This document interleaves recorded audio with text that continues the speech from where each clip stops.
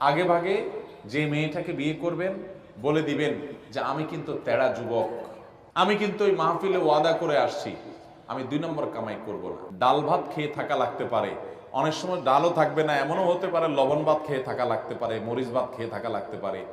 রাজি থাকলে আসো, এগুলা কোনো মুখরোচক গল্প শোনাচ্ছি না তোমাকে। আমি কিন্তু 2 নম্বর কামাই করব না, অতএব কামাই কম হবে, কষ্ট হবে। চাইলে আসো, আর না হলে এখনো রাস্তা মাপতে পারো।